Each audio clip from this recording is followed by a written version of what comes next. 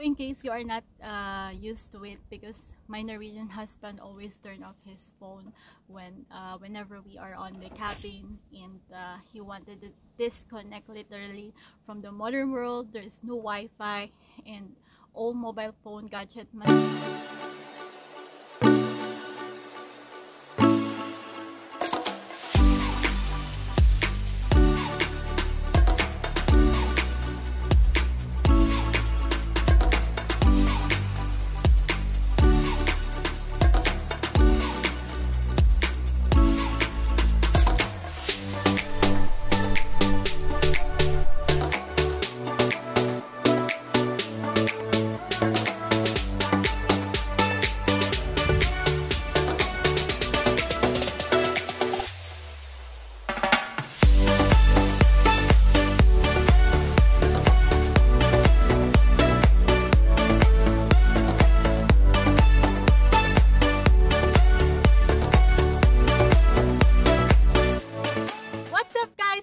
Wanderlust, and welcome to another travel vlogs. We are still here on the cabin in Norway in the middle of nowhere, and I'll make a quick sit down vlogs while the guys are fishing. So I decided to make this video because I think this will gonna help and give people idea about the typical Norwegian cabin, especially if you are non-Norwegian and you just recently moved or visit to Norway and you want to experience this hyttetur or the cabin trip. Because when I moved to Norway, I was surprised when people asked me about what is your plan on the weekend. Like, they always ask me about what is your plan on the weekend, and then I overheard this story that most people or the Norwegian are very excited to go on a hyttetur or cabin trip, especially on Friday evening or in the weekend when there's a holiday off. People are driving or heading to the mountain just to stay on the cabin.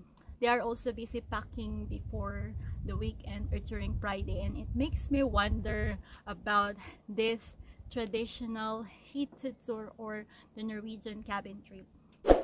So here are some of the tips, ideas, and things that I learned as a Filipina about the Norwegian cabin trip or hyttetur. So I wanted to share it to you. The first thing you should know is the utedo or the Norwegian toilet. If you watch my other video, like also the cabin trip and the hyttetur experience as a Filipina, you will see the utedo or the Norwegian toilet in there. It is the Norwegian outside toilet. I know this was hated by many, and honestly, I don't understand this at first, but a true Norwegian hytte or cabin will have an utedo. Like you see on my other vlogs, which I explain like a little things about this toilet. It is a little house normally close to the main house, and there is the toilet and hole, which is like a seat. You need to have a bucket of soil and you scoop that after you let it out, so it will go to the nature. And it's super scary at first time I use it. Like, my ass is really freezing and it's hard for me to get it out, because I think there might be snake or insect inside the hole that will bite my ass.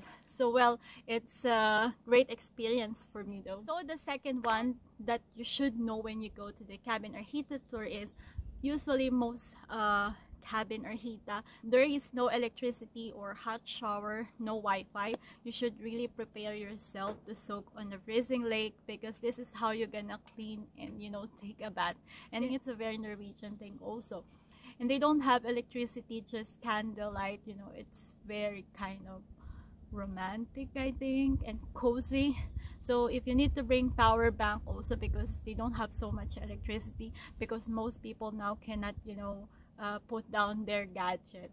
So in case you are not used to it, because my Norwegian husband always turn off his phone whenever we are on the cabin, and he wanted to disconnect literally from the modern world. There is no Wi-Fi, and all mobile phone gadget must be kept away. So you must just spend some time having a good conversation, having a good drinks, relaxing on the this kind of nature that surrounds you. It's really refreshing and relaxing.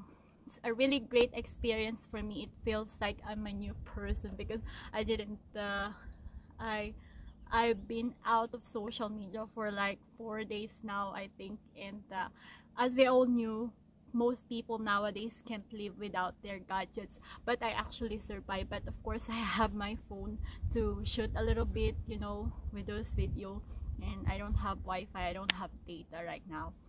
And the third one that you should really know about the Norwegian cabin is they are playing a lot of board games.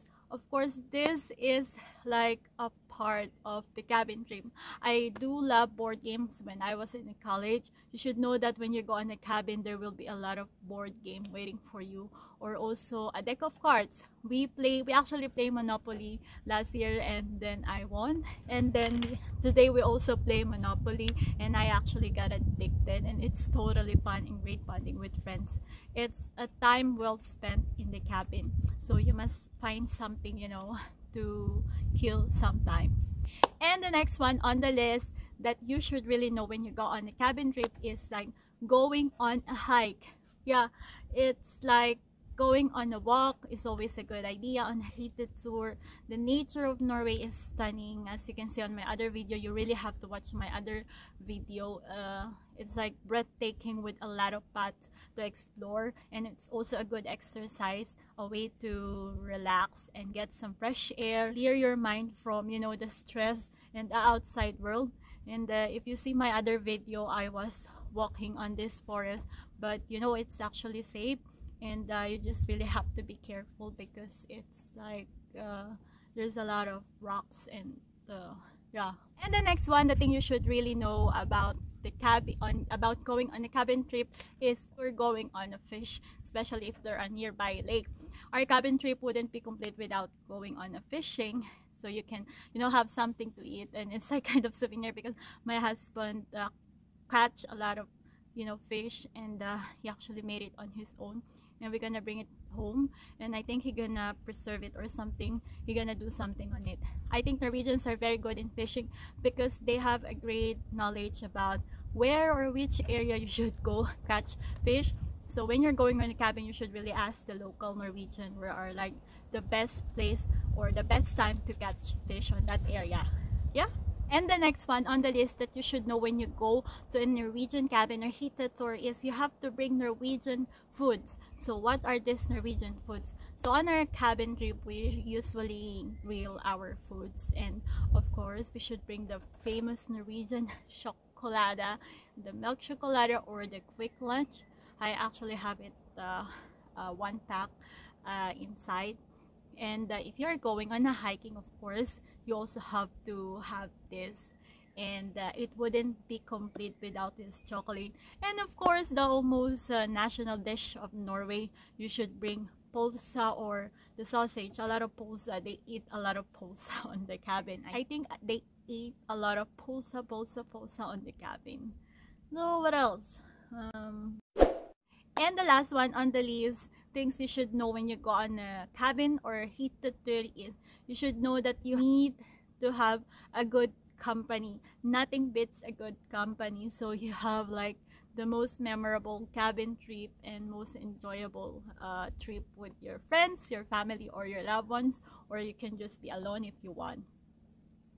So if you have any more questions, suggestions, or information that you can add to this video, please comment down below. And please don't forget to give this video a thumbs up. And of course, don't forget to subscribe to my channel, Nico Wanderlust, and click the bell button to get more video updates. I am uploading video weekly about travel, culture, experiences, and my life here in Norway. So I think that will be for today because I have to put away my phone and enjoy the rest of our stay here in the cabin. So I will see you on my next video. Smile, guys!